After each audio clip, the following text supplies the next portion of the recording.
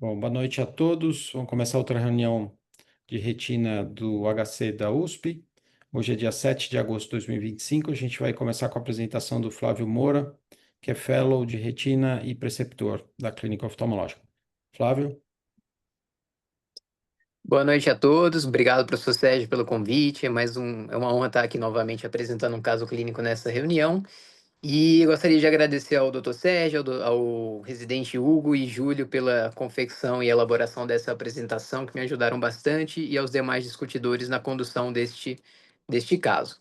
Hoje eu trago uma mulher de 42 anos, faxineira, natural e procedente de São Paulo, que queixou-se de uma mancha central em olho direito que teve um início súbito indolor, e aí essa mancha central começou com a cefaleia frontal pulsátil, e junto dessa cefaleia, essa cefaleia era acompanhada de náusea e fotofobia havia 14 dias.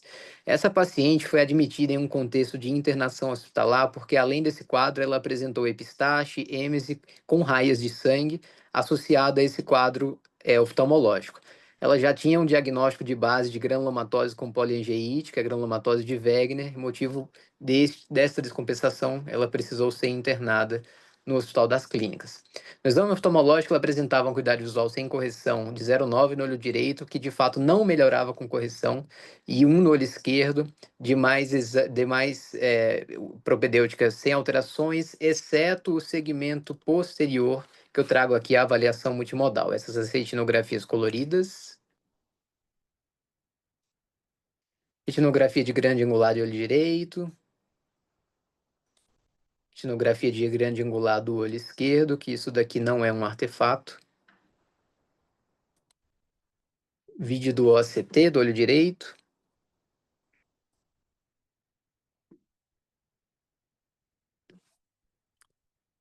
OCT do olho esquerdo.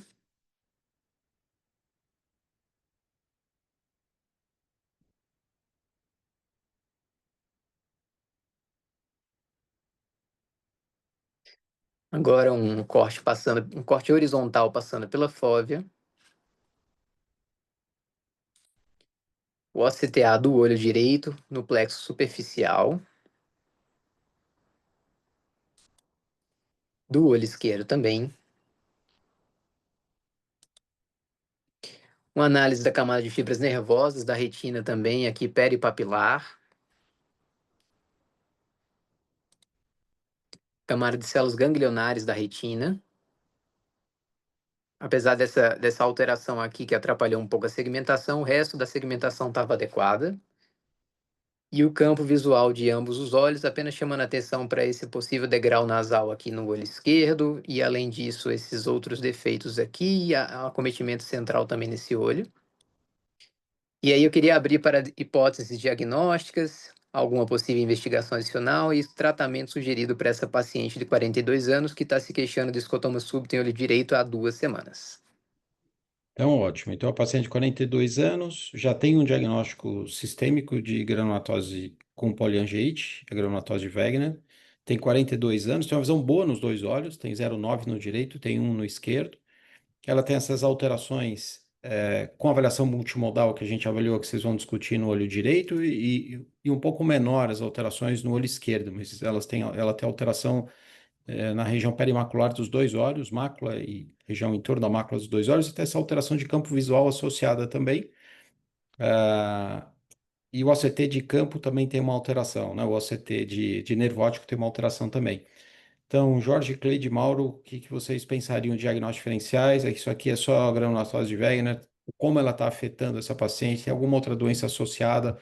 Ou é uma crise que ela está passando? Então, queria que vocês falassem sobre diagnósticos diferenciais e tratamento. Eu conheço o caso, vou falar no final. Tá, ótimo, Cleide. Então, Mauro, Jorge. Enfim, acho que ela aparentemente, especial no jeito, parece ter tido uma oclusão.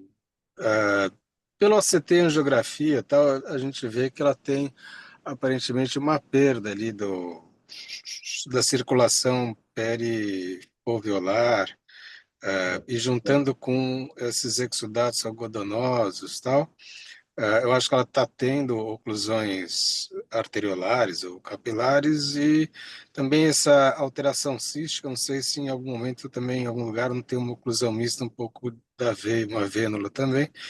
Acho que precisaria ver se isso podendo fazer parte do quadro de gliomatose de Wegener, se ela não tem uma vasculite associada. Acho que valeria a pena fazer uma angiofluorescinografia, porque apesar de você ter angiografia, vasculite ainda é mais fácil de ver. Com angioflu, a gente não consegue ver com a CT angiografia. Esse nervo também é um pouco estranho, né? Ele tem as bordas não são muito nítidas, acho que precisa de uma avaliação do sistema nervoso central também. Cadê? Mauro, Flávio, mostra o CT de nervo óptico. Viu, Mauro, só para te ajudar aqui. Você vê que parece que tem um espessamento dos dois lados. Sim. Então, O paciente pode ter tido uma hipertensão intracraniana. Lembra um pouco esse aspecto de quando o paciente já teve um edema que está diminuindo. Enfim, faria da parte da retina, acho importante checar se não tem uma vasculite. Acho importante ver se não tem alguma outra alteração do sistema central. E acho que por enquanto é isso. tá. Só mostrando mais uma coisa, Flavinho. Viu, Mauro? Dá uma olhada no. Coloca o CT estrutural, Flavinho. Ela tem um PAN aí no olho esquerdo. E no direito também, tá vendo? Sim. Assim, pelo ACT angiografia, a gente vê que ela já teve, aparentemente, inclusive, outras oclusões vasculares, está tendo mais agora. Você perguntou se poderia ter alguma patologia associada, quer dizer, ela, teoricamente, poderia ter até dengue, enfim, poderia ter uma outra doença concomitante. Aqui é interessante, nesse OCT estrutural, do lado esquerdo, a gente tem uma disrupção dos segmentos externos, enfim, dela poder ter alguma outro comprometimento retiniano, seja por uma doença associada, seja por algo que lembra eu não vi sinais muito claros, mas AMN, por exemplo, enfim, acho que a princípio não, mas daria uma Tá. avaliada com mais cuidado. Então, resumindo o que você falou, Mauro, quer ver? Zera teu áudio, que senão fica dando erro. Tirou o áudio? Isso, joia. Então, só para resumir o que você falou, isso pode estar relacionado ao Wegener, uma crise, eventualmente, né? Embora o Wegener possa dar oclusão arterial, possa dar oclusão venosa, em geral dá oclusão de córeo capilar. A gente mostrou um caso aqui há 2 anos atrás, o paciente perdeu bastante visão por oclusão, isquemia de córeo capilar, mas eventualmente poderia ter associado. E aí você falou de outra condição clínica que poderia também explicar a alteração de nervo óptico dela. Poderia ter outras alterações oculares que podem explicar também essa alteração de nervo. E então, ou associada a essa patologia, ou uma outra patologia imbricada com esse quadro crônico que ela já tem, certo? Então, é isso que o Mauro falou, e com isso a gente precisa fazer uma investigação clínica para ver se a gente descobre uma outra condição, ou descobre se ela está numa crise do Wegener agora, e por isso que ela fez essas oclusões, certo? E precisa pesquisar, então, o sistema nervoso central, ver se isso é um papiledema ou se é alguma outra alteração do nervo óptico, certo? Mais ou menos isso, tentei resumir o que o Mauro falou. Jorge, Então, um quadro bem interessante, uma vasculopatia que a gente tem nesse olho, principalmente no olho direito, você tem um edema do nervo óptico, tem edema algodonoso, hemorragia. Me lembrando para mim, se eu olhasse no primeiro momento, uma oclusão de veia central não isquêmica, o famoso edematoso, que também está associado com PAN, certo? Que é a oclusão parafoveal do plexo intermediário. Ainda tem um Wegener e também, pelo que eu me lembro da história, parece que ela também tem enxaqueca, que tem relação com PAN. Então, ficaria do lado direito que ele tem uma oclusão de veia central, mais um PAN, e do lado esquerdo só um PAN. Então, essa é a minha ideia dessa vasculopatia, que tem relação com enxaqueca, tem relação com a Wegener, que é uma vasculite que pega a camada média Tá. Tá. muscular das artérias. O Flávio, mostra o Whitefield, só para o Jorge rever. É que a gente já viu e reviu esse caso. Jorge, você vê que não tem outras hemorragias a não ser no polo posterior? Então, não, Só tem entre as arcadas, bem localizado. então, não necessariamente ela precisa ter uma oclusão de via central para fechar capilar aí, né? Ela pode ter só um Não, fechamento, uma isquemia de um plexo capilar aí, né? Superficial, principalmente, que a gente consegue documentar especial melhor. intermediário, que a gente conseguiu ver ali na, Você quer na mostrar de novo o CT. CTA, Flávio? Mostra aí. Você tem uma isquemia dos dois plexos, você vê aí, tanto o superficial, com a exclusão, aumento da zona vascular da fóvea, indo mais para a Tá? região do feixe maculopapilar, e também intermediário, que se você não tiver errado, também tem essa exclusão. É que a gente não consegue ver o intermediário. A gente vê o profundo. Você tem o profundo aí, Flávio? Ou é como o profundo o aparelho não consegue. O profundo não tem aqui, não. Mas olhando do lado, nesse quadrinho da esquerda, talvez tenha uma redução de fluxo também no plexo capilar profundo. Não é que a gente não vê o intermediário, mas de todo jeito, a gente tem um PAN que está compatível com esse isquemia nessa região que o Jorge Isso, trouxe. está compatível, você ainda tem um edema de PAN, retina nessa região, certo? tá, Um PAN bem, uma oclusão bem pronunciada, porque você segue com um edema, né, na tá. retina. Tá. Como a Cleide já sabe o caso, eu vou pedir para você discutir mais para frente um pouquinho, Cleide. Então, o Flávio, com essas sugestões que foram feitas aqui, vamos fazer uma investigação sistêmica mais detalhada, né? Para a gente ver se tem alguma influência, exames clínicos, eventualmente, para ver se a gente consegue descobrir melhor o que está acontecendo aqui, né? Então, você quer continuar a apresentação, Flávio? Depois a gente rediscute e Sim. chama a Cleide para falar. Tá bom, vamos lá então. Complementando a história, ela não tinha nada de antecedentes oftalmológicos e do ponto de vista sistêmico, de fato, ela vinha até bem controlada do ponto de vista da granulomatose com poliangeite, porém teve essa descompensação e na internação ela precisou fazer uso de microfenolato 1 grama dia, prednisona em alta dose, está com programação de novos ciclos de ciclofosfamida. E aí, os outros antecedentes patológicos dela, ela relatou um quadro febril há uns 30 dias, associado a uma mialgia mas que cessou de forma espontânea, foi apenas manejado de forma ambulatorial, e tinha também obesidade grau 2, hipotireoidismo, apneia obstrutiva do sono, hipertensão arterial sistêmica, apesar de ter só 42 anos, e já uma doença renal crônica dialítica, por isso que a gente hesitou fazer a angiofluorescinografia no ambulatório. E aí, resumindo o quadro dela, ela tem um quadro pulmonar associado, e aí, durante a internação, foram vistos umas novas consolidações pulmonares basais em ambos os pulmões, e aí ficou-se a dúvida, será que isso era apenas o quadro do Wegener também acometendo o pulmão, ou tinha alguma infecção bacteriana associada? Então, optaram por, além da metilprednisolona que estava fazendo uso, associaram também a levofloxacino, e aí o paciente de exames marcadores inflamatórios realmente estava bem descompensado, com VHS de 80, um PCR de 197 e uma leucocitose bastante pronunciada. Mas o pessoal da pneumologia e também da reumatologia atribuiu esse quadro pulmonar aí realmente também à questão do Wegener. E aí, então, voltamos aqui. Não sei se eu quero dar uma parada agora, mas eu ia abordar o que é que estava justificando essa perda de células ganglionares que estava aparecendo em dois cantos, nos dois olhos, melhor dizendo, e também que os professores chamaram a atenção a essa alteração de nervo aqui. O que é que tem associado nesse caso? Eu acho, Flávio, que você pode continuar, porque daí a gente faz uma parada talvez mais para frente no final para a gente avaliar. Você explica o nervo. Então, porque o Mauro falou, pô, pode ter uma hipertensão intracraniana, pode justificar eventualmente o papiledema. Mas Perfeito. tem outras condições que podem mimetizar um papiledema, né? Então, você vai fazer o Exato. diferencial para fazer esse diagnóstico neuro-oftalmológico, a reunião é de retina, mas a gente É, usando vamos lá. a área. Pode falar.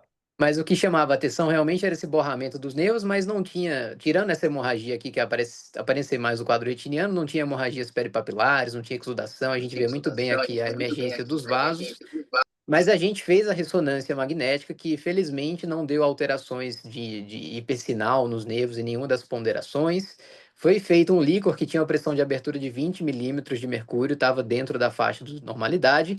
O líquor, no entanto, tinha uma discreta linfocitose, aliás, um aumento de células, 18 por milímetro cúbico, às custas predominantemente de linfomononucleares, né? E aí ficou-se pensando se tinha relação com o quadro do Wegener em atual ou se tinha alguma relação com o quadro febril que a paciente tinha apresentado, né? Demais características do líquor foram descartadas. E aí volta de novo para cá, mas basicamente já para mostrar que o que justificava o disco dessa aparência era, na verdade, que ele também, a paciente, além de apresentar o quadro retiniano, ela apresentava também drusas de nervo óptico, que é uma causa importante para a gente lembrar de pseudoedema de papila. E aqui na autofluorescência não deixava dúvidas de drusas um pouco mais profundas, com um achado característico aqui da hiperautofluorescência, em ambos os olhos. Então, isso aqui por si só já justificava aquelas alterações na camada de fibras nervosas peripapilares e também o defeito de células ganglionares da retina. E aí, professor, tem uma última informação aqui do quadro da paciente. Posso já falar sobre? Pode, sim. A paciente, 30 dias antes, tinha sido, então, o quadro febril que ela tinha apresentado era um quadro febril de dengue que foi confirmado com antígeno do NS1, basicamente. E aí a Perfeito. nossa impressão sobre o caso era uma maculopatia associada à dengue, também com pseudoedema de papila justificado pela drusa de papila. Perfeito. Quer dizer que é uma paciente com múltiplas alterações, né? Então, ela simulava, resumindo, simulava um papiledema por causa de drusas de nervo óptico, a autofluorescência mostra isso muito bem. O Wegener pode, em crise, como ela estava, pode fazer oclusões vasculares, é, talvez a minha maior impressão, oclusões arteriais grandes, oclusões como coriocapilar, ou oclusões arteriais, aqui ela tinha oclusões capilares assimétricas, mais no olho direito, que talvez sejam relacionadas à dengue mesmo e não ao Wegener, né? É, então, eu acho que tem múltiplas alterações e você tem um acompanhamento dessa paciente, né, Flávio? Tenho sim. Antes de a gente fechar, e daí o Mauro fala de novo, o Jorge, e daí a Cleide comenta, que ela também acompanhou esse caso, é, a gente comenta no final, então, se quiser falar da evolução e do tratamento. Vamos lá. Então, a conduta expectante foi adotada, e aqui, lembrando que já na entrada ela apresentava uma acuidade visual que não melhorava com correção, mas já era boa, 0,09, e aqui a gente tem a evolução dos OCTs, demonstrando a regressão das lesões que a gente tinha visto e um certo sofrimento de retina externa que ficou já no dia 120, mas do ponto de vista funcional ela ficou relativamente muito bem. E no olho esquerdo, que tinham as alterações um pouco mais discretas, mas a gente observava em alguns cortes, alguns espaços císticos aqui na retina interna, chegando lá no dia 120, 3, 4 meses depois, ela também tinha apresentado uma melhora desses achados, e nesse olho esquerdo, ela sempre tinha estado com a visão de 20/20. E aí, no campo visual, ela, no entanto, persistiu com um pouco de defeito aqui no olho, mais pronunciado no olho direito, por causa do achado vascular que ela apresentou, e no olho esquerdo, o defeito nasal inferior tinha sido justificado simplesmente pelo caso das drusas de papila. E aqui já é no dia 142, era o último exame que a gente tinha da paciente, relembrando que no olho direito a gente tinha alterações hemorrágicas e manchas algodonosas mais pronunciadas nessa região, que no dia 142 a gente observa como que ocorreu a evolução desta lesão. Era isso, professor. Perfeito. Então a gente tem evolução, o Flávio e quem mais seguiu o paciente, Flávio? A documentação está muito boa. Foram os residentes Hugo e Júlio, professor. A Tava gente muito boa agradece, mesmo. Peguei a tudo gente deles. agradece ambos pelo segmento que eles tiveram no paciente, por isso que a gente pode apresentar com esses detalhes essa evolução toda desse paciente. Então, Mauro, você sugeriu então um outro quadro clínico associado que você até falou da dengue, porque o aspecto de exudato algodonoso e de hemorragia associada no polo posterior de qualquer paciente no Brasil, você tem que pensar no diagnóstico diferencial de dengue, certo? Dentro das oclusões capilares, né? É, o edema de disco, pseudopapiledema, era por causa das drusas nervóticas, ela é assim, na formação do nervótico dela com as drusas. Algum outro comentário, Mauro? Depois o Jorge fala e a Cleide encerra. O único comentário é que eu sou uma pessoa chata. Eu sempre fico meio assim quando A gente tem tanto caso de dengue e a gente não tem tanto caso de retinopatia. Dou o braço a torcer que esse aspecto, assim, lembra, por isso eu lembrei, assim, mas eu ainda acho meio confuso o fato da gente ter milhões de casos de dengue e não tem nada tão próximo desse número de casos de retinopatia. E fico ainda mais com o pé atrás uma paciente que tem tantos, enfim, outros problemas clínicos, né? Insuficiência renal, Wegener, enfim.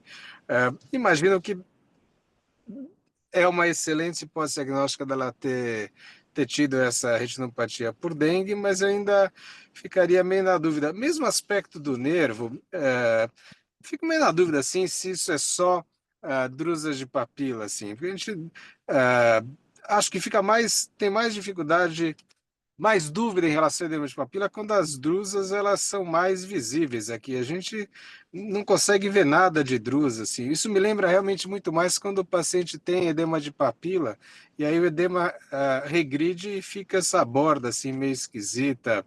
Enfim, eu só alertaria de que apesar dela ter tido dengue, pelo menos alguns dos achados clínicos dela talvez ainda sejam por descompensação das doenças todas que ela tem, só isso.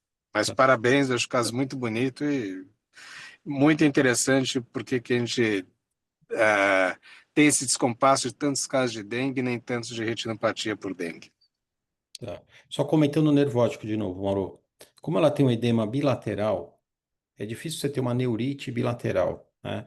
O Wegener é difícil de você ter entre aspas, uma isquemia de nervo óptico para causar isso. Não tem. Bilateral, você pensaria na hipertensão intracraniana. Ele fez um líquor, a pressão do líquor era normal, ele não tinha hipertensão. E drusas, você pode ver as drusas ou não pode ver as drusas. No caso dela, você não via, dependendo da localização delas, mais anterior ou mais posterior na localização. Então, Ela tem o quadro de obesidade, ela podia ter tido pseudotumor e ter melhorado. Enfim. Eu sei, mas ela melhora se ela perde peso, ela não perdeu peso, né? E você não tem. Foi discutir na neuroftalmo antes da gente discutir também. O pessoal do neuroftalmo associou isso só às drusas. Só para deixar mais claro, assim como você está vendo agora, e o Flávio Residência compara por mais tempo, eu só estou dizendo, fazendo um resumo do que eles viram durante a evolução, né? Muito mais difícil você olhar um caso aqui, né? Perfeito, perfeito. Jorge, algum outro comentário? Ah, é bem interessante essa paciente porque ela tem uma doença vascular, certo? E teoricamente não estava bem, e ao mesmo tempo teve a retinopatia da dengue. Provavelmente, uma coisa ajuda a outra, certo? O processo viral aumenta o processo imunológico de defesa e deve é, ter exacerbado também, porque você já tem alterações do sistema imunológico pela granulomatose. Então, como o Mauro disse, a gente não vê tanta retinopatia por dengue, apesar da quantidade de dengue que a gente tem. Mas acredito que uma coisa ajuda a outra para ter um quadro tão bonito quanto esse aí. Certo. Lembrando que a paciente, normalmente a gente faz o tratamento agudo com uma pulsoterapia, tanto com imunossupressor quanto com corticoide, no Wegener, quando está em crise, e mantém esses pacientes imunossuprimidos. Então, talvez o quadro de dengue dela não fosse maior, mais evidente e bilateral, não faço como se fosse um Purcher-like, que a gente tem até uma publicação sobre isso da dengue, porque ela estava imunossuprimida. Então, a reação inflamatória causada pela dengue com essa vasculite de pequenos vasos não fosse tão evidente por isso. Entendeu? Como se ela tivesse já tratada sistemicamente para não ter uma evolução ruim da dengue. Então, por isso que ela teve um quadro O mais curto. tratamento alterou o curso natural. Exatamente, exatamente. O tratamento do Wegener, eu acho que alterou o curso natural ah, da maculopatia por dengue. Ótimo, Jorge. Cleide? Bom, é um caso super bonito, mas assim, acho que começaria classificando o tipo de lesão que ela tem, que eu também chamaria, como você chamou agora, de Porter-like, né? Ela tem alguns exudatos, algumas áreas de PAN, hemorragias nos dois olhos. Então, como é que isso acontece? Ela tem microoclusões, tanto no plexo superficial como no profundo, provavelmente por lesão endotelial, que podia ser mediada aí por imunocomplexo, porque a dengue dela já tinha um mês e geralmente é assim mesmo, a lesão da dengue é imunomediada, ou até acionamento de cascata de complemento, lesão endotelial e oclusões. Então, isso explica o quadro dos dois olhos. O grande complicador aí era esse nervo, mas, como o Flávio mostrou, é que a gente, que é retinólogo, não está tão acostumado, né? Mas o ACT do nervo mostra que não tem um espessamento das camadas de fibras, só tem um deslocamento aí mas não uma doença na camada de fibras, e aí depois apareceu a drusa de papila, tanto no ACT como na autofluor. Mas quanto ao quadro da retina dela, ela sugere muito essas viroses, a gente já viu aqui, tanto em febre amarela como em dengue, e que, apesar de raro, quer dizer, a outra hipótese seria um mecanismo Porter-like causado pelo Wegener, que eu acho que eu nunca vi isso, mas se existe, seria mais raro ainda. E aí, como ela tem o quadro infeccioso associado, eu acho que a relação de causa e efeito fica evidente, né? A gente não dá para pensar numa outra coisa, mas é um quadro incomum. Mas para mim, a grande dica aí da infecção é essa aparência Porter-like no fundo de olho. Perfeito, Cleide, ótimo. É bom ter todos os comentários para a gente pensar fora da caixinha, como o Mauro falou, é, é, ter essa documentação grande, né, esse tempo longo, esses 142 dias de documentação para a gente avaliar bem. Essa paciente foi discutida em outras subespecialidades para a gente chegar nessa conclusão. Então, parabéns pela apresentação, Flávio, e pelos residentes que seguiram. Agora o Flávio vai saber, obrigado pelos comentários, Jorge, Cleide e Mauro. E agora a gente o Flávio vai fazer uma revisão breve, né? Bem em Flávio, breve. alterações. Beleza. Recentemente, a Glenda Fellow também apresentou um caso sobre dengue, então ela já fez uma extensa revisão da literatura, ficou muito boa. Eu vou tentar ser bem sucinto aqui. Lembrando que a dengue é um problema de saúde público, principalmente quando acontece nas formas de surtos de epidemias, né? Mas realmente os quadros oculares de dengue acontecem numa porcentagem menor, como foi conversado aqui, de 16 a 40% dos casos. E se algumas coisas sugerem a fisiopatologia do acometimento ocular na retina, né? Pensa-se em lesão direta por vírus acometendo o EPR, o endotélio capilar, ou um componente imunomediado, como um anticorpo anti o próprio antígeno NS1, que suscita aí uma resposta com algumas interleucinas, como a interleucina 6 e a interleucina 8.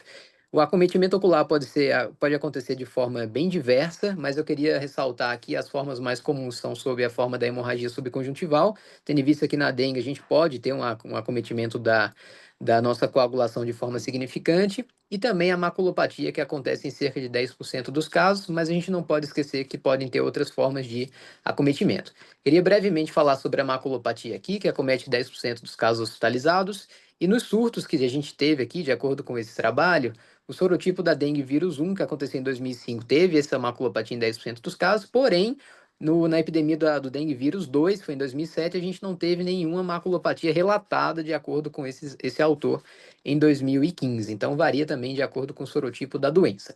Mas falando agora do quadro clínico, geralmente o paciente se queixa de uma redução da visão, com manchas, né? Inicia-se depois da febre, então não é um quadro que acontece concomitantemente ao início, então é importante ressaltar isso. Geralmente o prognóstico de a visão fica ali por volta do 20/40 a 20/200, em 68% dos casos, e costuma ser um quadro bilateral e assimétrico, que no fundo de olho a gente vê edema macular, uma espécie de foveolite, manchas algodonosas, microhemorragias e microaneurismas, e quando a gente passa para o OCT, de acordo com esse autor em 2018, foi vista uma série de casos que viram celularidade vítrea pelo OCT, que está marcado aqui na seta preta, em até 100% dos casos, uma hiperrefletividade da plexiforme externa e da nuclear externa também em 100% dos casos, e uma elevação cônica do contorno foveal em 68%.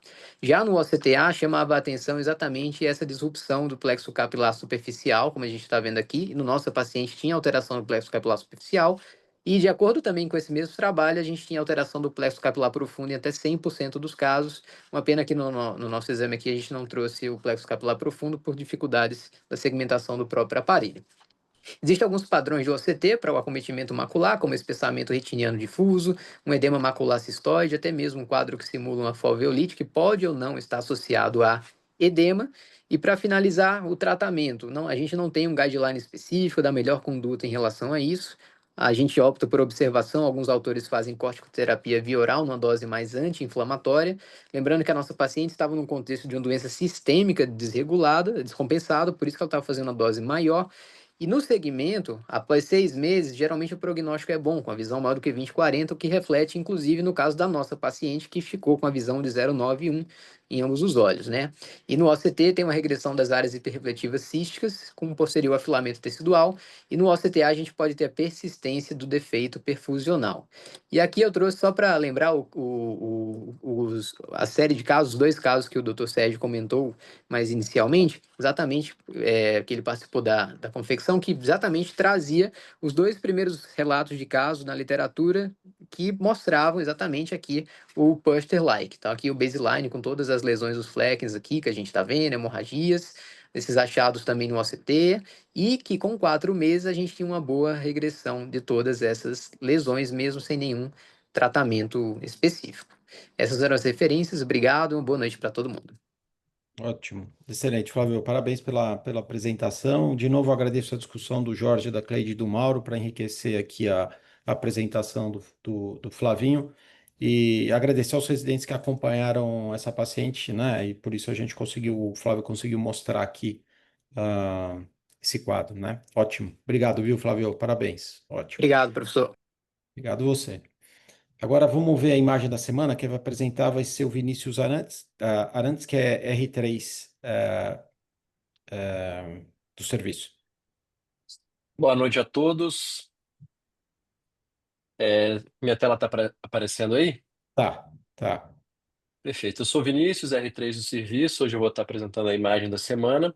Queria agradecer ao Dr. Sérgio, que me ajudou na confecção da apresentação, ao Dr. Júlio Melão, Arthur Pinho e ao Flávio Moura, que me ajudaram na condução do caso e também a fazer as imagens do caso apresentado aqui. Então, vou começar falando que é uma paciente de sexo feminino, com idade de 36 anos, com uma acuidade visual sem correção de 20/20 em ambos os olhos, ela não tinha nenhuma queixa oftalmológica. Vou mostrar a retinografia da paciente, olho Ótimo. direito e olho esquerdo, evidenciando aí bem o polo posterior. Aqui a grande angular da paciente.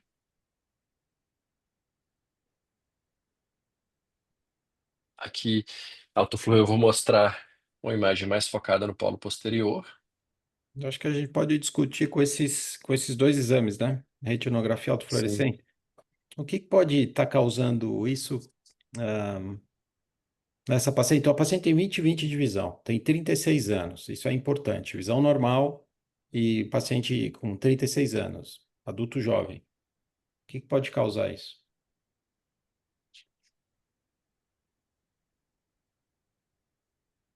Depois a gente vai mostrar o OCT, tá? É bem interessante, parece um depósito de cristais, agora muito simétrico, muito bem delimitado, pegando a perifóvia e a impressão é que isso aí está embaixo da limitante interna ou na ganglionar. O mais interessante assim, é simétrico bilateral, Sim. pensando muito em uma distrofia, né? Mas nenhuma distrofia que eu me lembro tem uma exposição anelar a esse nível aí.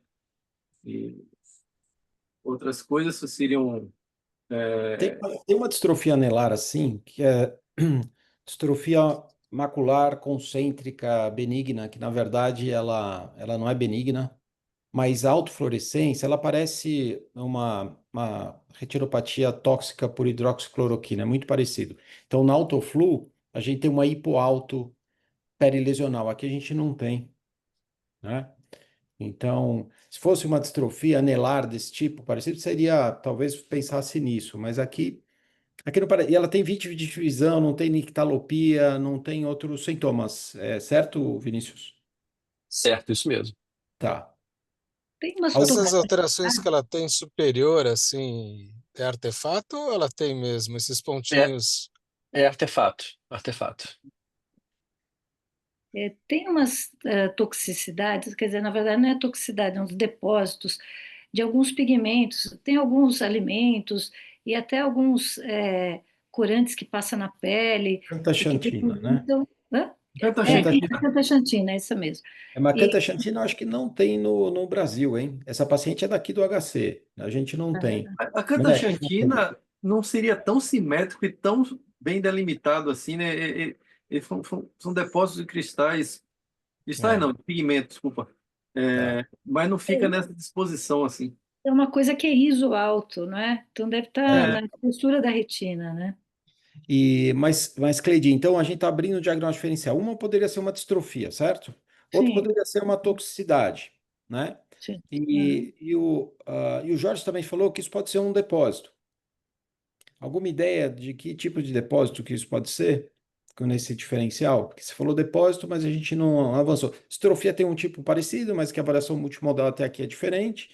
É, toxicidade, a cantaxantina é uma coisa mais difusa mesmo, mas a Cleide lembrou, o Jorge comentou. Ahm, o Mauro viu algumas outras lesões periféricas, mas que poderiam levar a um outro diagnóstico, mas elas não são verdadeiras, né? Se alguém quiser comentar aqui no chat também, pode comentar. Alguma coisa que vocês queiram saber dessa paciente que a gente não falou ainda? Se ela toma alguma medicação, Ela- Eu acho que ela deve tomar uma medicação, Vinícius, mas não, as medicações não causam toxicidade para causar esse tipo de ah, lesão, certo? tô então lembrando aqui, provavelmente tem o não tem Moxifen que faz uns cristais também, mas não seria tão simétrico. 16 É, anos, é muito o jovem. tamoxifeno dá uma alteração que é parecida com o Mactel tipo 2, né? A gente vai Isso, mostrar o faz aqueles OCT. cristais Também. em parafóvia, perifóvia, Tá. e você tem os Mas, vacuolos mas ela não no usa OCT, mas, tamoxifeno. Boa, mas bem seria que tem que ter lembrar. câncer de mama para Legal, legal, para usar. usar.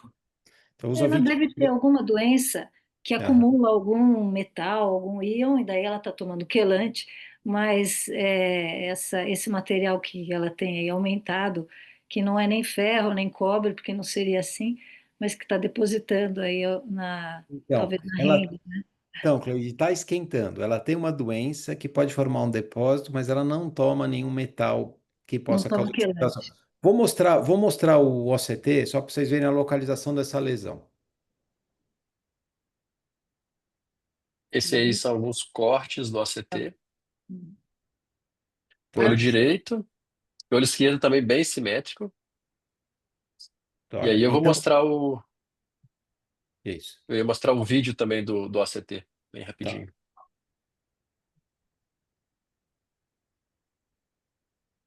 Então, isso afeta, esse aumento de refletividade é só na retina interna, como se pegar as camadas de células ganglionares ah, lá em cima e pega também uma linha vertical na fóvea. Se vocês percebem, olha aí, tá vendo? Apareceu rapidinho, a gente vê no corte, fica melhor. Parece aqui o buco de Seria cones, um parece depósito nas células de Miller do cone. células de Miller do cone. Aqui a gente vê bem, olha. Então, retina interna dos dois lados, mas só na fóvea, e parece que pega também. Tem uma hiperrefletividade vertical na fóvea que pega o buquê de cones, então talvez células de Miller estejam envolvidas nesse depósito que a gente pode chamar, tá? É raro isso. Doença de Wilson com o depósito de cobre. Não, o Wilson dá alteração mais na córnea, né? A córnea dela não tem. Principalmente na córnea, mas tem alguma coisa em retina que eu estou tentando lembrar aqui. Semana passada saiu o cobalto, né? Agora, se vocês estão falando de alteração sistêmica que possa ter, não seria bom a gente fazer uma anamnese dela, ver o que está errado com ela, para a gente ver se fecha um diagnóstico? Vocês estão Claro. muito focados aqui na retina. Vinícius, você tem ideia você pode falar, comentar alguma coisa dela agora? Posso sim. Qual que é a Vou seguir sequência? então. Então, repetindo, é uma paciente do sexo feminino de 36 anos. Essa paciente tem uma história de esplenomegalia desde a infância.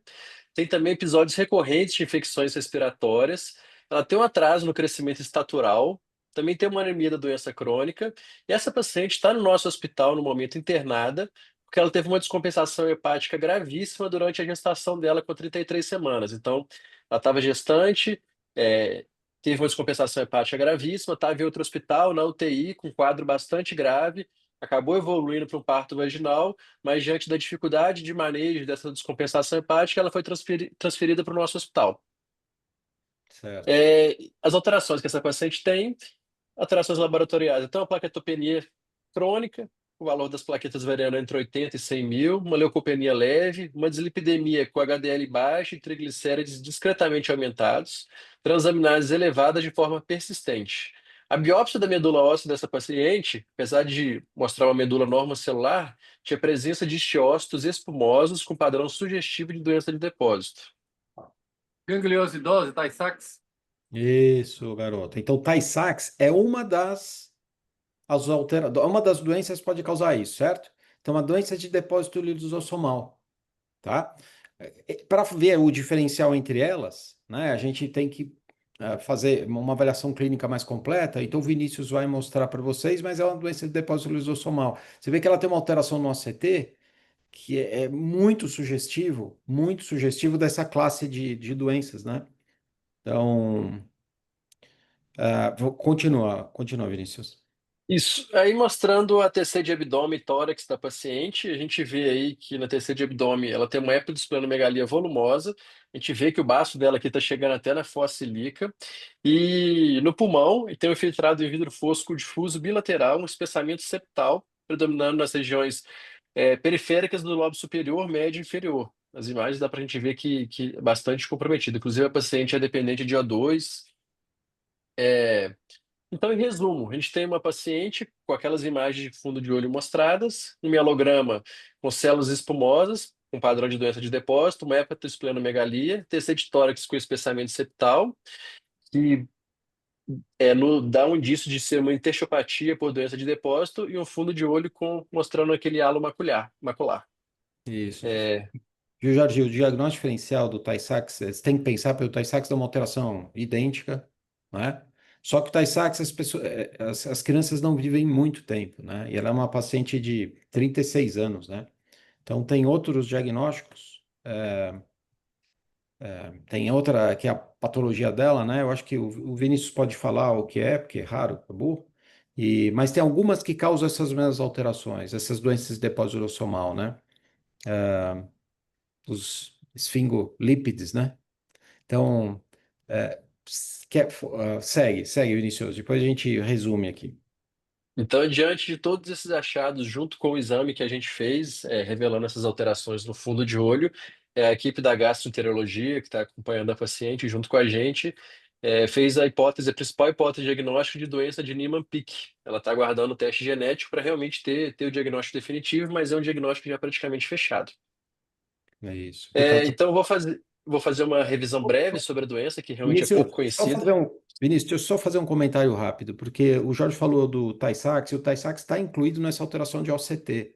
Então, você pode ter essas alterações de OCT no Niemann-Pick, no Tay-Sachs, mas aí você tem que fazer, que são crianças muito pequenas, a morbidade é muito alta, né? Então, de 1 a 3 anos eles conseguem sobreviver, mas a gente já mostrou aqui um quadro parecido com o Tay-Sachs.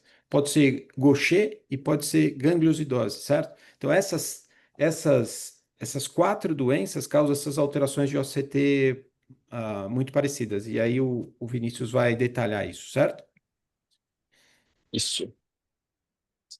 Então, seguindo agora para uma breve revisão sobre a doença de Niemann-Pick, ela vai ser um grupo heterogêneo de doenças lisossômicas de depósito hereditárias. Elas vão ser causadas por defeito no metabolismo ou no transporte intracelular de lipídios. É uma doença autossômica recessiva, e o diagnóstico, além de alguns padrões, como eu já mostrei no caso da paciente, de fígado, baço, medula óssea, fundo de olho, o diagnóstico definitivo é com confirmação molecular. Eu vou mostrar que tem três espectros da doença, tipo A, B e C, mas no tipo a confirmação é com mutações em SMPD1, e no tipo C vai ser mutações no NPC1 e NPC2.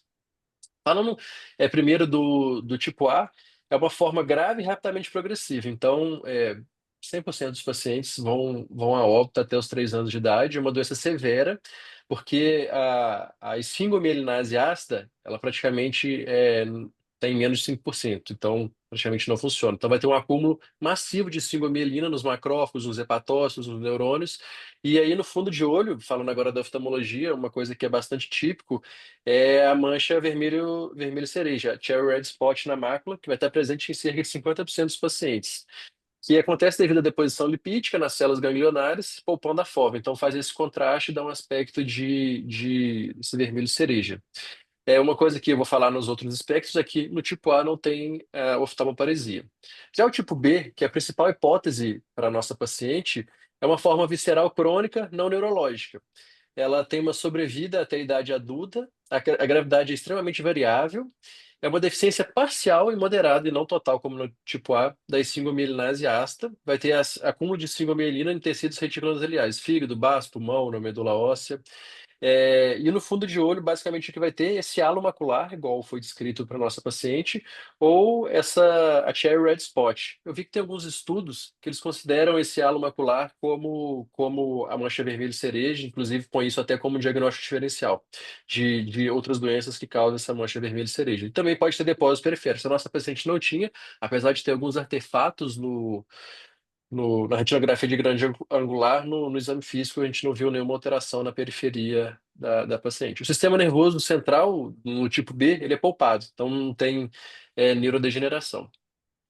Aqui eu coloquei um estudo, realmente é uma doença rara, mas é um estudo que fez uma análise de 7 casos de Niemann-Pick tipo B, e aí, nessas imagens aqui, a gente consegue ver que, mesmo em pacientes que não têm uma alteração evidente na fundoscopia, no CTA em face, a gente já consegue ver essa hiperrefletividade. Aqui eu coloquei 2 casos diferentes de 2 pacientes desse mesmo estudo, mostrando essa hiperrefletividade no CTA.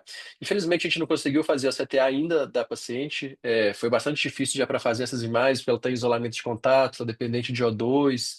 Enfim, mas a gente pretende documentar ainda melhor esse caso. Agora, falando da Niemann-Pick tipo C, o subtipo neurodegenerativo com curso altamente variável. Aqui vai ser um pouquinho diferente, uma disfunção lisossomal, que vai levando a uma degeneração neuronal progressiva, acúmulo de colesterol não esterificado, esfingomielina e de glicoesfingolipídio no sistema nervoso central no fígado. É, de alterações viscerais, vai ter uma icterícia neonatal prolongada, uma esplenomegalia isolada, que isso pode ser o único achado por anos. De neurológico, uma coisa que é bastante típico da Niemann-Pick tipo C e que tem a ver com a gente, é a paralisia supranuclear do olhar vertical. É um sinal cardinal precoce, e além disso vai ter ataxia cerebelar, disartria, enfim, várias outras alterações neurológicas. Também pode ter alteração psiquiátrica, como psicose, uma depressão resistente, às vezes uma psicose infantil, que não é explicada por nenhum outro fator.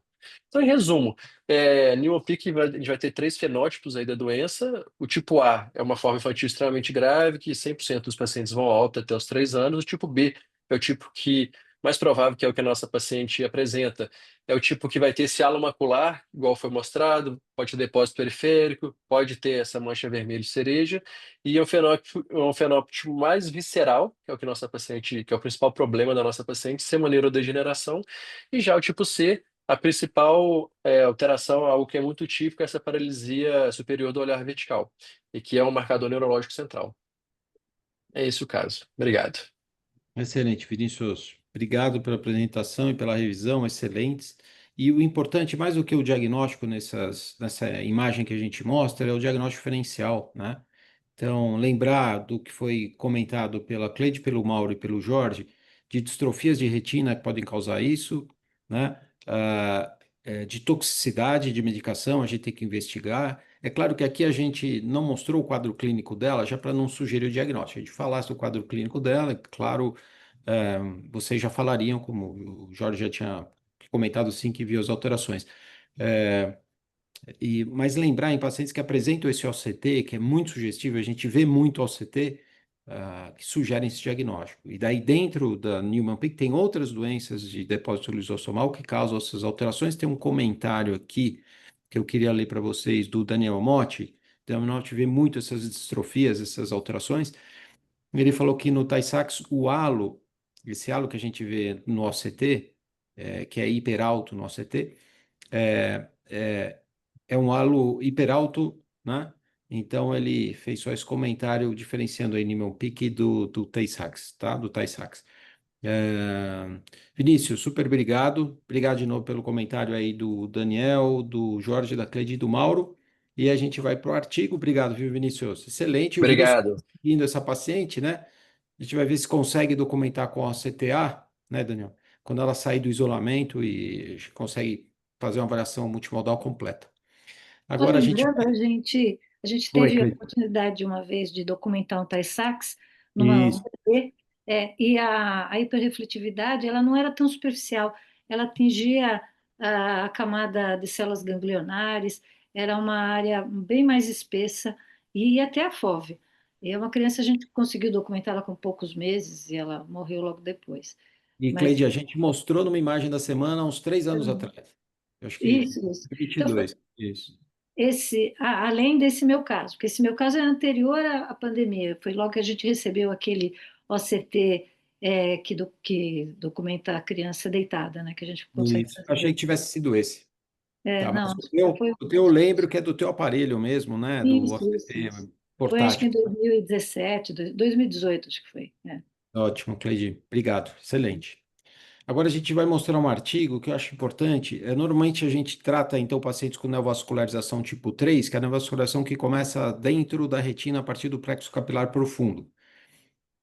E esses pacientes perdem visão rápido se eles não forem tratados. E quando a gente começa a tratar, uma boa parte desses pacientes, e esse artigo fala de 3/4 dos pacientes desenvolvem durante esses 3 anos de acompanhamento que esse grupo acompanhou, atrofia geográfica.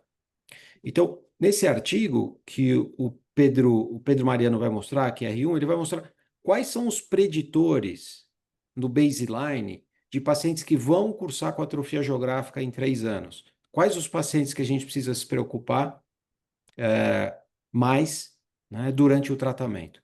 E o segundo ponto é como a gente deve tratar com antiangiogênico. Se a gente deve tratar, como tratar estender, deve tratar PRN, deve injetar menos. Será que o número de injeções está relacionado com o desenvolvimento mais rápido da atrofia geográfica? Esse é outro ponto que o artigo discute. Então, para saber disso, vocês prestem atenção na apresentação do Pedro. Pedro, então pode seguir.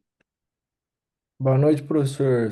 Eu sou o Pedro Mariano, sou R1 do serviço e hoje eu vou apresentar esse artigo, né, que fala sobre a membrana tipo 3 na degeneração macular relacionada à idade e os preditores para atrofia macular. Queria agradecer ao professor Sérgio Pimentel pela ajuda na elaboração dos slides. Ah, Então, a DMRI é a principal causa de perda visual na população idosa branca. E no seu curso, ela pode cursar com a DMR neovascular, né? E ter três tipos diferentes de neovascularização. A tipo 1, tipo 2 e a tipo 3. A membrana do tipo 3, ela origina principalmente do plexo capilar profundo da circulação da retina, diferente da membrana tipo 1 e tipo 2, e ela está presente em mais de 30% dos casos de DMR neovascular em pessoas brancas. Ela é frequentemente bilateral e, por mais que pareça ser agressiva, ela tem uma resposta superior à terapia de anti-VEGF, né? Então, aqui eu trouxe um slide do professor Sérgio, que mostra a membrana tipo 3, e que no primeiro momento, se a gente olhar aqui no ACT, a gente pode ter uma confusão ali, causar uma dúvida entre membrana tipo 3 e tipo 1, mas se a gente for olhar no ACTA, a gente vai ver esse fluxo intrarretiniano e nos confirma que é uma membrana tipo 3. Então, o objetivo principal do estudo foi caracterizar os preditores basais do ACT para a presença de atrofia macular em 3 anos, em pessoas que têm DMRI e membrana tipo 3 tratadas com anti-VEGF. Então, foi um estudo multicêntrico, retrospectivo e longitudinal, que pegou pessoas com DMRI e membrana tipo 3 sem tratamento prévio e que foram tratados com anti-VEGF por 3 anos. Então, ele usou 6 centros de referência em retina. Os resultados desse estudo para atrofia macular, então no início tinha 18% dos olhos ali com atrofia completa do EPR, né? E em 3 anos essa taxa aumentou para 75% e isso é muito significativo, maior do que em estudos anteriores, assim. Então aqui é uma associação muito importante que o estudo traz, que o número de injeções não teve correlação significativa com a progressão para atrofia macular nos 3 anos de acompanhamento. Então, os preditores basais para a área de atrofia macular foram idade, né, inversamente proporcional aqui nesse caso, atrofia geográfica nascente, os focos hiperrefletivos e o descolamento do EPR, né? A análise univariada do estudo mostrou esses 4 preditores para a área de atrofia macular. Então, a área de atrofia macular basal, o estágio da neovascularização macular, então são 3 estágios, né?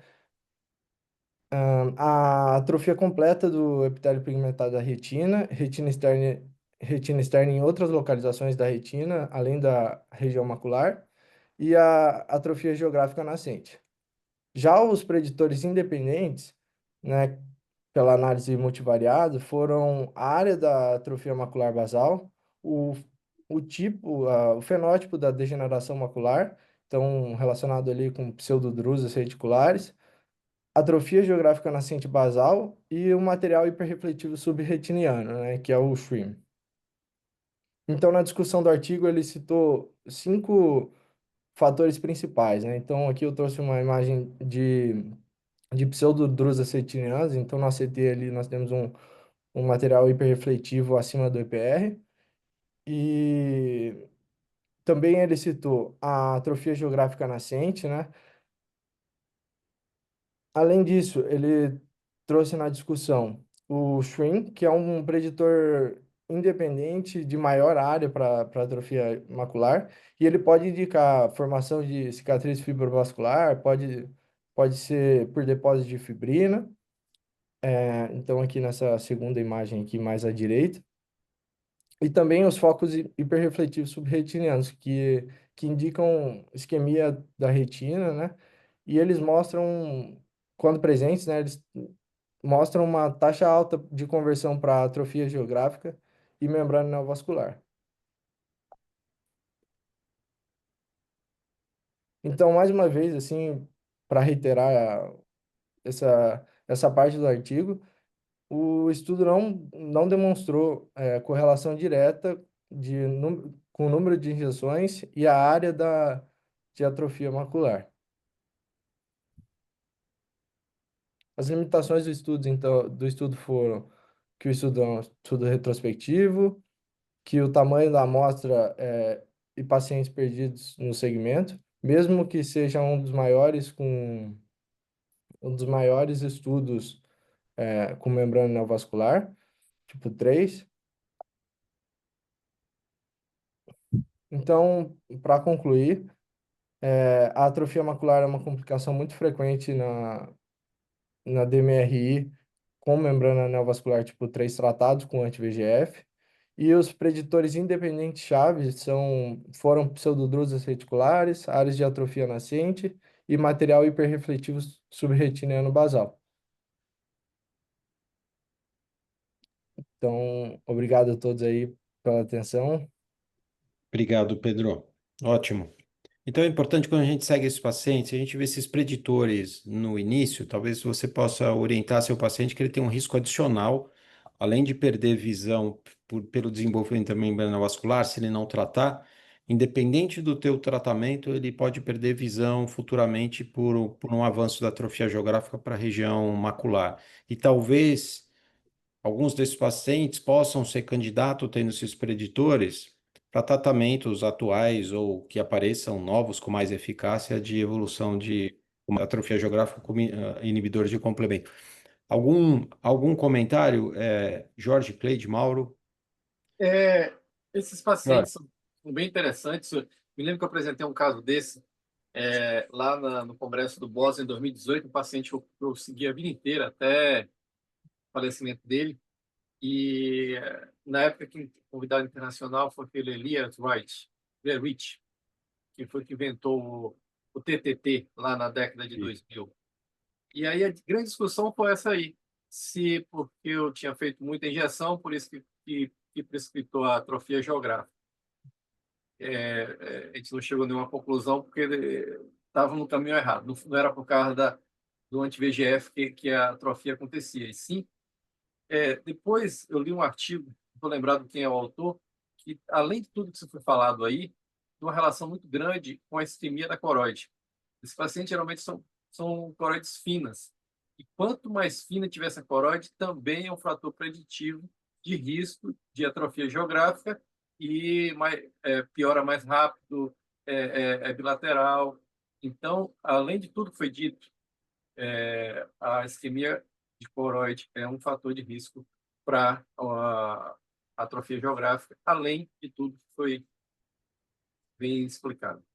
E as pseudodrusas reticulares, os depósitos adenoides subretinianos, são marcador de isquemia.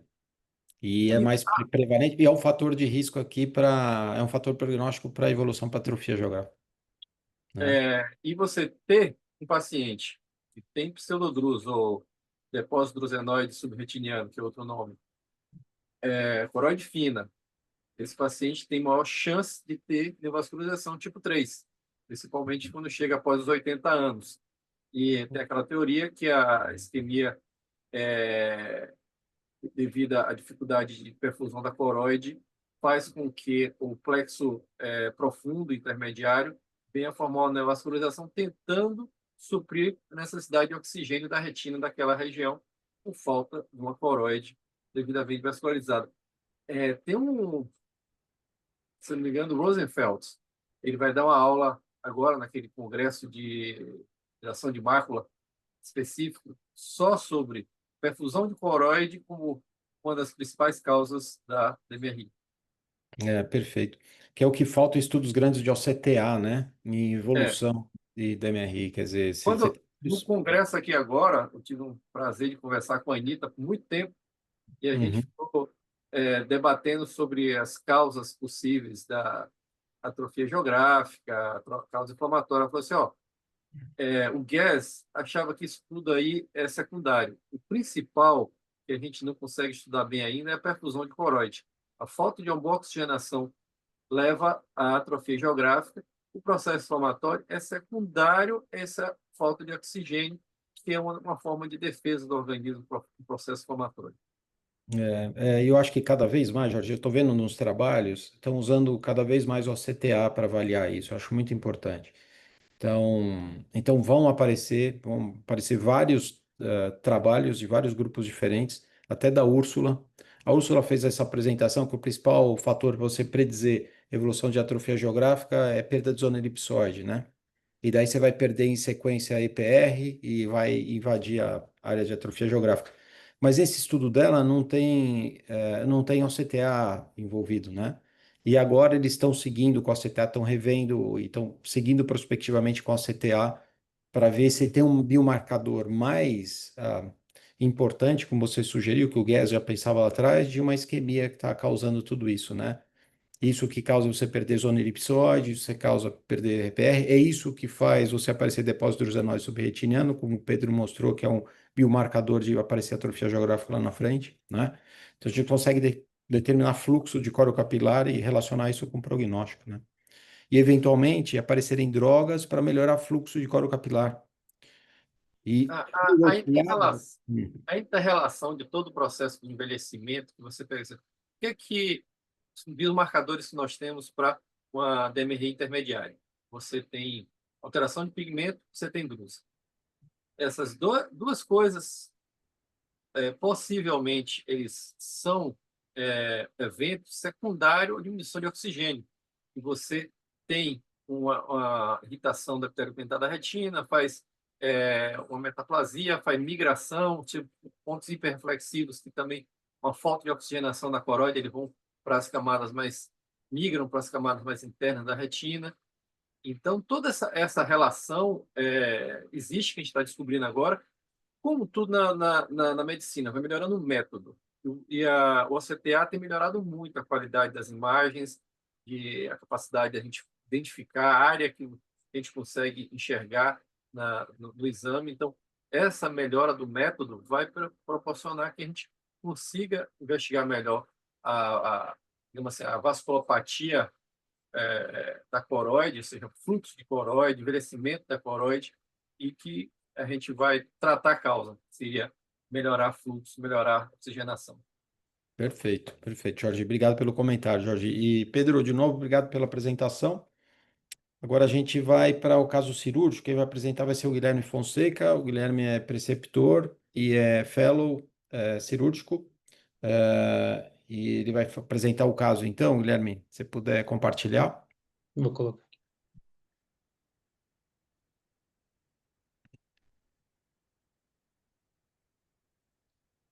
Gente. Então, boa noite a todos. Sou o Guilherme, preceptor e fellow do primeiro ano. Vou apresentar o caso cirúrgico de hoje. Queria começar agradecendo ao Dr. Sérgio pela ajuda na elaboração do caso, e a doutora Sônia Lee e o Dr. Vinícius Maxudi na condução do caso. Então, começando, era um paciente de 38 anos, homem, que chegou no nosso pronto-socorro com uma queixa de baixa acuidade visual e dor no olho direito após um trauma contuso com uma corda no trabalho, há 5 dias. Ele não tinha nenhum antecedente oftalmológico, pelo menos que ele lembrava, e nenhum antecedente pessoal. No exame oftalmológico, então, a acuidade visual dele com pinhole era de conta de 1 metro nesse olho direito e 20/25 no olho esquerdo, a pressão intraocular dentro da normalidade.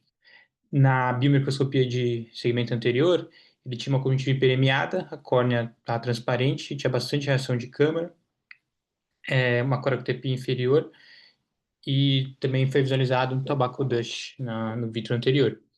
No fundo de olho, tinha uma HV muito densa que dificultava a visualização, só conseguiam vislumbrar a retina superior e parcialmente o polo posterior aplicado.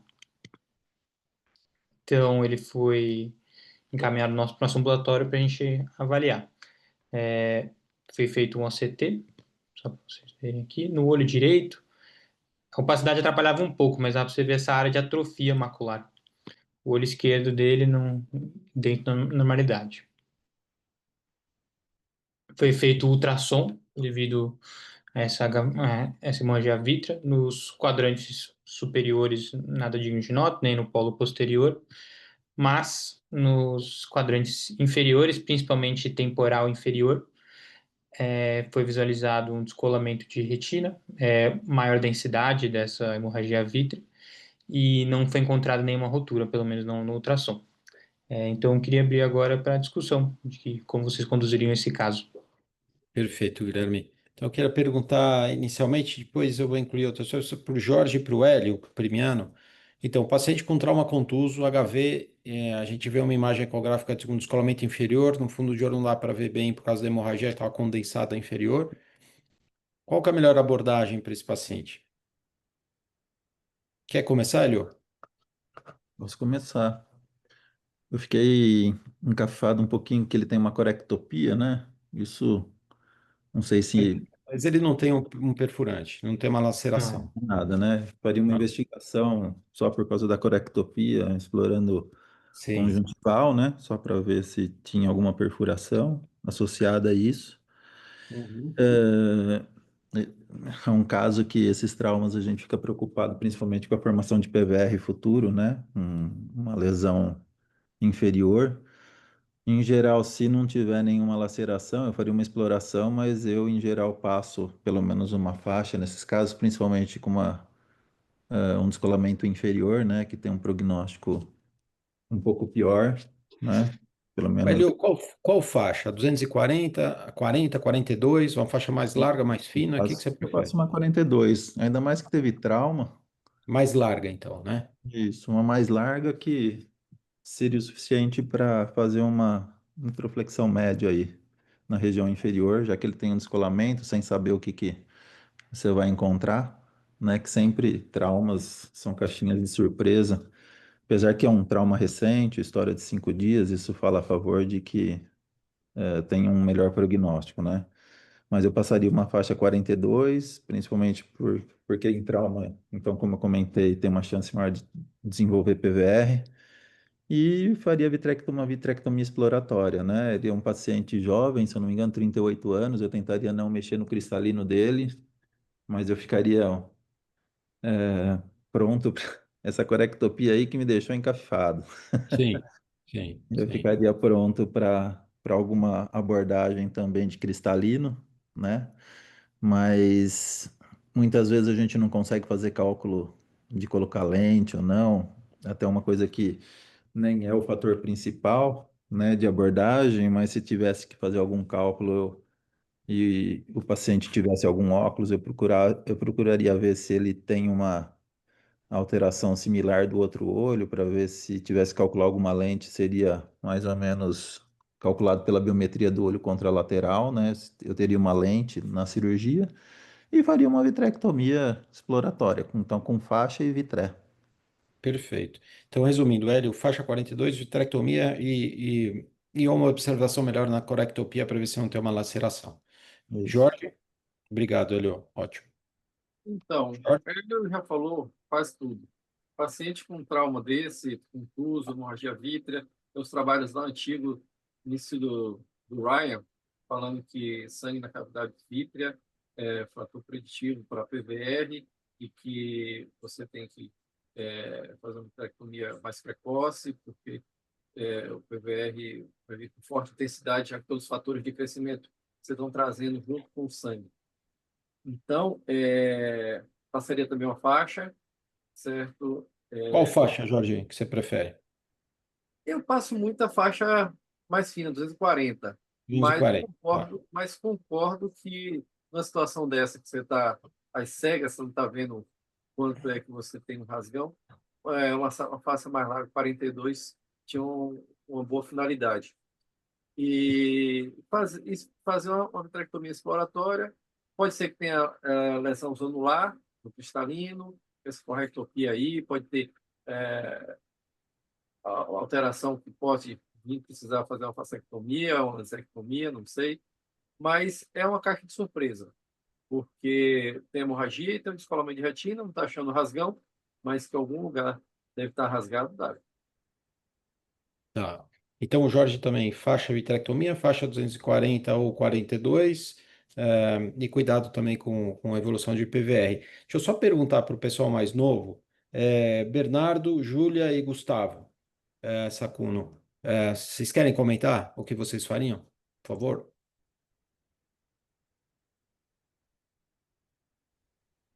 Eu acho que eu concordo que Oi, Gustavo. passaria a faixa também. Geralmente durante a minha fala, a gente pensava mais a faixa mais fina, mas mais por o que a gente tinha disponível, né? Fazia mais faixa Isso. 240, porque era o que a Aham, gente tinha disponível. Uma coisa que chama atenção, na verdade, no ACT, é aham, que, acho que, não sei se, parecia que ele tem uma perda de tem. segmentos externos, fotoreceptores no ACT, né? Não sei se é um commotion que teve por causa do trauma, ou se... Eu acho, Gustavo, que ele já tem isso previamente, porque se Então, você for perceber, ó, ele não tem é, muito edema, né? Não tem hemorragia, ele tem uma lesão de uma evolução, acho que maior, de mais tempo, você não maior, acha? né? Então parece uma coisa mais. Isso é importante, na verdade, até para conversar com o paciente. Olha, você provavelmente tem, né, para falar de prognóstico com ele, porque às vezes ele vai com uma ideia que, né, vai tirar o sangue e você fala, ó, tem um sangue aqui, tem um descolamento embaixo, mas é importante para conversar sobre prognóstico com o paciente essa imagem do OCT, né? Acho que esse é um ponto importante.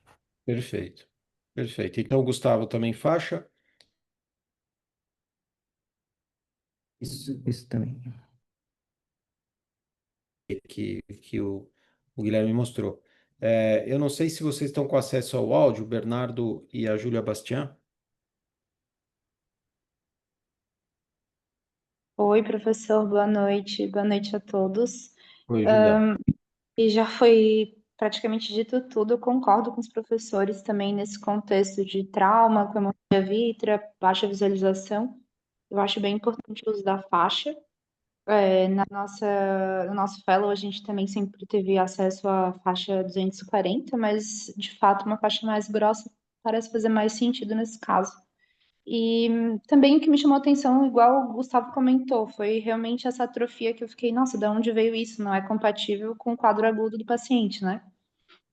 Mas esse é a minha maior ponto de interrogação nesse caso, que essa atrofia, para mim, não entendi de onde ela veio. A gente também não. E o Guilherme que seguiu o paciente, né? O paciente é pouco orientado, sabe, Julia? Então, talvez ele já tivesse um trauma prévio, um trauma grande, e talvez ou ele não tivesse percebido a alteração de visão nele, ou ele não relatou, né, Guilherme? Ele fala que ele achava até que era o melhor olho dele, assim, porque ele não corrige o outro. O olho esquerdo acho que tem uma metropia maior e ele não corrigia. Então, pouco orientado. Eu pedi sorologias também para ele, fez, assim, alguma coisa, mas tudo negativo. Enfim, estamos Tá. investigando o que pode ser essa atrofia. Tá. E eu não sei se o Bernardo consegue falar. Eu acho que não. Se quiser, Bernardo, depois você escreve alguma coisa se você não conseguir, você acessa o áudio. É, tá, o Bernardo falou que ele concorda com vitrectomia e faixa. É isso. Com o que foi colocado aqui. Vitrectomia e faixa. Perfeito, Bernardo. Então, Guilherme, vamos ver o que você fez? A gente pede para discutir. Vamos lá. Só antes de estar o vídeo aqui, no segmento anterior, quando chegou na mesa cirúrgica, o paciente já estava dilatado e não foi encontrada essa corectopia, que também preocupou alguns professores, inclusive eu também, antes de começar, quando eu perguntei para o residente essa corectopia, enfim. Certo. Vamos começar aqui. Só para mencionar, então, foi discutido o caso do ambulatório, foi indicado apenas a vitrectomia, sem a passagem da faixa, e evitar também fazer a fascectomia. Então, vamos lá. Começando aqui a cirurgia, iniciei fazendo o core vítreo, limpando bem esse sangue para melhorar a nossa visualização. A gente já via no polo posterior essa hemorragia no final da arcada temporal inferior. E conforme a gente vai clareando um pouquinho para melhorar a nossa visualização, já começa a ver o bolsão temporal inferior, como também já tinha sido observado no ultrassom. Então, usei a triamcinolona aqui para fazer um DVP bem cuidadoso, paciente relativamente jovem, então o vítreo está bem aderido, mas nessa etapa também teve grandes problemas.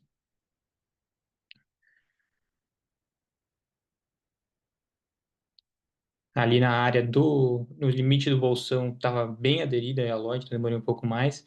E aí, conforme a gente foi observando, passou um pouquinho mais rápido ali, mas o caso era uma diálise de cerca de 2 a 3 horas temporal inferior. Eu utilizei perfluorocarbono para estabilizar o polo posterior, fiz uma base com a ajuda de indentação de um assistente, para ficar bem pequena. Preenchi a cavidade bem lentamente com perfluorocarbono antes de começar a fazer o laser. Fiz um laser bem extenso ao redor ali da área da diálise. Tomei bastante cuidado também para fazer as bordas da diálise, para ter certeza que fazia laser até a hora, os dois lados dela.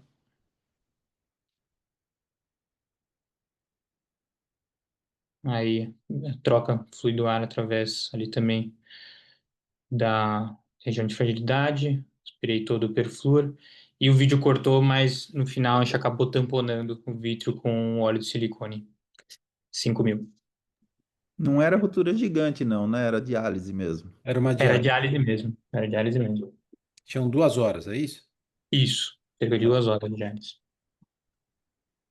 Que é comum em trauma fechado, certo, Elio? Trauma fechado é comum você ter diálise, né? Você pode até ter ruptura gigante se ela for maior, mas Não, é certo, é que eu vi o desenho mais ou menos da diálise ali. Geralmente a diálise se assenta mais, não faz nenhum tipo de curva, né? Eu achei que talvez pudesse ser uma ruptura gigante. Foi só pelo desenho no intraoperatório. sim. eu acho que a contração do vítreo foi muito grande. Eu acho que o trauma dele foi bem grande. Então a extensão equatorial dele deve ter sido bem grande. A base vítrea rasgou a inserção da retina, né? Fez essa diálise, né? E por isso que talvez ela tenha avançado um pouquinho, né, Hélio? Sim, concordo, pode ser sim. É. Paciente jovem, vítreo viscoso, Uhum. chance de contração maior, é isso mesmo. Aí agora no pós-operatório dá para provavelmente vai dar para ver melhor até. Sim, sim. Guilherme, você não viu a avulsão da base vítrea, né? Não. Sabe o que é uma lesão patognomônica que a gente vê pouco, mas é uma lesão patognomônica de trauma Hum, ocular. A base vítrea rompe, ela sai, ela solta. Como a retina solta e rasga, você pode fazer isso na base vítrea também, sabe? Então, às vezes, certo. eu já vi no HC, eu tinha visto no meu fellow lá nos Estados Unidos. George Williams me mostrou, falou a avulsão de base vítrea, eu não conhecia, não sabia. E eu vi no HC, acho que uma ou duas vezes só. Mas é uma lesão patognomônica de trauma ocular fechado. Ah, agora, Jorge, algum comentário sobre cirurgia? Porque, veja bem, é interessante, quando o Guilherme me apresentou, eu falei como vocês, eu acho que foi unânime, eu colocaria uma faixa, ou uma faixa mais larga ou mais fina, mas como eu não sabia como estava embaixo, né, a retina inferior, e tinha um descolamento ecográfico, mas eu não sabia, então eu falei, poxa, a gente tem que proteger com uma faixa de todo jeito, e aí eu faria laser e colocaria gás, eu não precisaria colocar o silicone para tamponar, com a faixa já segurando essa lesão inferior que a gente não sabia que era uma diálise, né? Hum. Mas eu acho que já que não foi colocado a faixa, eu acho que o silicone seria a melhor opção e fez um laser extenso para segurar. A gente tem que torcer para não evoluir para PVR, porque aí não depende da técnica cirúrgica. Eu acho que se tiver que evoluir para PVR, vai evoluir, mas espero que não, porque a intervenção foi rápida, né? Mas o PVR aqui vocês chamaram atenção, que pode ser um fator que complique. Algum comentário sobre o uso de silicone, não usar faixa? A gente Então, pode um falar. paciente jovem, certo? Trauma, você tem uma diálise. A faixa e gás funciona super bem. O silicone ainda tem a ideia que o silicone ele vai também ajudar a formação do PVR. Você forma um menisco entre o silicone e a retina, onde você tem uma quantidade de líquido que fica represado. E todos os fatores de crescimento, até alimentar, vai ficar concentrado nesse menisco.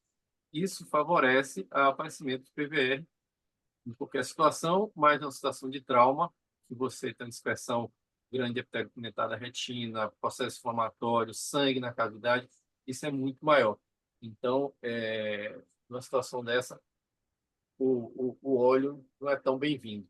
Mas pode ser que também que corra tudo bem, que ele evolua bem, daqui 3 meses tira o óleo e está tudo resolvido. Mas Ótimo, é só lembrando que o gás funciona maravilhosamente bem nessa situação. ótimo. Hélio, com algum comentário sobre isso, não?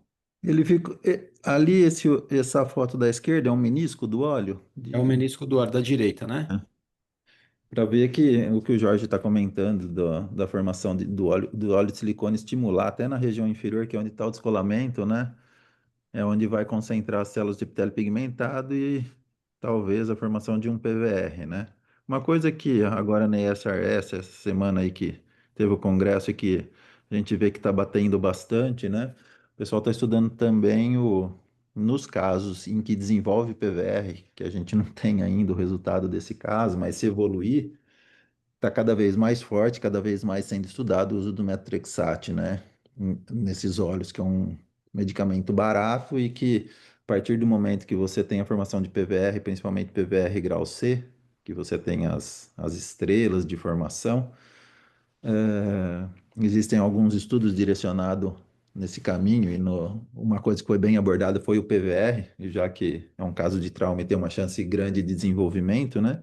Não vou comentar sobre isso. É o uso do Metrexate, eles usam uma frequência, uma, duas, 4 e 7 semanas, geralmente, né? 200 miligramas. O Jorge já comentou outro dia também sobre o assunto, mas que está sendo visto com bons olhos, né? E nos casos de PVR, também alguns abordando e tendo um direcionamento a fazer também o peeling de membrana associado, que aí eu fico um pouco cético e preciso aguardar um pouquinho os estudos, mas eles têm uma abordagem um pouco mais agressiva a fim de tirar todas as membranas quando você tem a formação de um PVR, né? Isso fica um alerta para evolução do caso só e uma discussão do que está acontecendo a nível mundial aí. Certo. O Metrixat já vem sendo usado há alguns anos que você tem trabalhos, mas eu não vi nenhum trabalho com número de casos grande. É difícil você selecionar casos de PVR, tenha potencial, né, de você usar, mas realmente eu não sei se funciona. Eu Eu tenho concordo. minhas dúvidas, mas É que foi tão enfático, por isso que foram aulas sequenciais, sabe? Quando foi tão enfático, eu também. Isso já vem de um tempo, mas dessa é, vez é parece que que, teve uma é que abordagem mais é, agressiva, talvez. Não sei se esse é o termo, mas. eu acho que é um assunto novo, talvez, não tão divulgado, então as pessoas ficam falando, mas. Porque minha tese de doutorado foi medicação intravítrea para PVR. A gente usava mitomicina e heparina de baixo molecular. A mitomicina é mais potente, eu acho, que o metrixate. E clinicamente você não teve resultado. Experimentalmente nos coelhos funciona bem, mas em humano não. Então depende da gravidade do PVR. Se você vai ter um PVR. Eles estão fazendo para o grau C, né? Para que quando você já tem É que aqueles então, casos que mas são eu estrela, sei, mas já essa seria. classificação, por exemplo, grau A, B e C, não é uma classificação que detalha muito, sabe? Então, tem outras classificações que são mais completas. Então, você fala em posição, localização do PVR, se ele está localizado no polo posterior, se ele é subretiniano, se ele está no equador, se ele é circunferencial. Acho que dá para ver mais a gravidade do PVR. Você tem uma prega estrelada, por exemplo, é mais fácil, você disseca e ele não vai avançar. Se você tem um PVR circunferencial anterior, é muito mais difícil. Provavelmente você vai ter que fazer retinectomia para segurar a evolução. Então, eu acho que tudo bem usar o Metrexate, como você ponderou, Hélio, o custo é baixo, a toxicidade é pequena, você faz injeções intravítreas recorrentes, você seleciona o caso, mas realmente se faz diferença ou não, putz, eu não sei. Os trabalhos são com número de pacientes que não são grandes. Falta estudo. Eu acho que, puxa vida, infelizmente falta para você falar, não, isso realmente é eficaz. Putz, eu tenho minhas dúvidas, viu? Tenho minhas dúvidas. Mas, de todo jeito, a lembrança é excelente, Alio. Eu acho que, num caso em que você tem documentação de PVR, que você vai operar, eu acho que você possa usar e ter, cada um ter sua avaliação, né, sobre riscos e benefícios do Metrexat. Mas eu acho que faltam estudos com uma documentação grande sobre isso ainda. Mas é uma ótima lembrança, né? Uma ótima lembrança, Elio. Perfeito. É, Algum outro comentário? Se alguém quiser comentar, o Bernardo, o Gustavo, a Júlia também. Então, acho que, Guilherme, parabéns. Então, uma dica aqui para retirar o óleo de silicone, não sei se vocês concordam, o PVR, quando ele tem que evoluir, evolui até 12 semanas. Então, em geral, com 6 semanas ele começa, com 8 semanas você já vê a proliferação, e daí ele está mais avançado com 12 semanas. Se em 12 semanas você não tem nenhum sinal de PVR, nada, aí você poderia tirar o silicone, porque aí você tira precocemente e já tem certeza que você não evoluiu com o PVR, entendeu? Não que você vai deixar o silicone, se evoluir com o PVF, você vai ter que reintervir de qualquer forma, mas pelo menos o silicone avança até você intervir, até você ter sala cirúrgica, até segura essa evolução para a região da mácula, o silicone segura, pelo menos o PVR inferior, até você conseguir intervir depois de uma semana, duas, quando você tiver sala disponível. Mas com 12 semanas, eu acho que você pode tirar o silicone, como o Hélio e o Jorge já comentaram aqui, tá? E sobre essa lesão do OCT, eu acho incomum você ter isso nessa lesão. Eu acho que ele tinha uma lesão prévia e estranho ele não ter comentado. Eu não acho que isso é de uma lesão aguda. Não tem as características aqui de uma lesão aguda. Posso estar errado, você tem que ter um trauma muito grande aqui do EPR, e quando você tem um trauma agudo para ter lesão do PVR, você tem outras lesões associadas, hemorragia, edema de Berlin, e não só alteração do PVR. Então, aqui eu acho que ele teve um trauma grande, fez hemorragia, fez edema de Berlin, reabsorveram essas duas lesões e ficou uma lesão permanente de EPR. Então, acho que ele já teve um trauma anterior prévio nesse olho. É o segundo que ele deve ter, ou outros, né? Então é isso. Guilherme, algum comentário a mais para ele? Não, só isso, o professor está evoluindo com aquela faculdade visual de máximo 0,1 mesmo, né? Por causa dessa Tá, mácula, mas tá bem, por enquanto. joia. Então, obrigado, Guilherme. Obrigado aos comentários aqui, Hélio, obrigado. Jorge, obrigado. Júlia, Bernardo e Gustavo Sacuno, obrigado pelos comentários aqui. Queria agradecer de novo, então, aos apresentadores. Olha, o Flávio Moura, que apresentou o caso clínico, o Vinícius Arantes, que apresentou a imagem, o, o artigo que foi apresentado pelo Pedro Mariano e o caso cirúrgico pelo Guilherme Fonseca. Obrigado, viu, Gui? Valeu. Bom, então, boa noite para todos. Semana que vem a gente vê vocês de novo. Um abraço para todos. Tudo de bom. Boa Boa noite. noite. Abraço, Boa Hélio. noite. Tchau, tchau. Tchau para vocês.